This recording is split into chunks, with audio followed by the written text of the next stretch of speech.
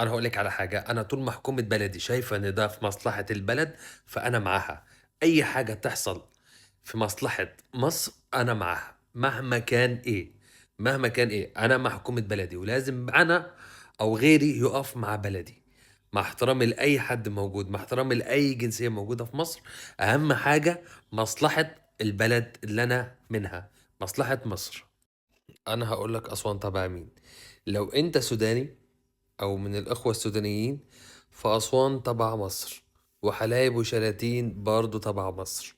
ومش عايز أقول لك على حاجة، أو أحب أفكّرك على حاجة، السودان كلّها كانت تبع مصر، كانت تحت حكم مصر، ومع ذلك أنا مش هاتطرّق للمواضيع دي كلّها، بس أنا بارُد على الأسلوب اللي أنت بتتكلّم بيه، لإن أسلوبك وراه حاجة، وراه ألف حاجة. أسوان مصرية، وحلايب وشلاتين مصرية، ومش عايز أقول لك إن السودان برضه المفروض تبقى مصرية، بس يعني أنتم أحرار.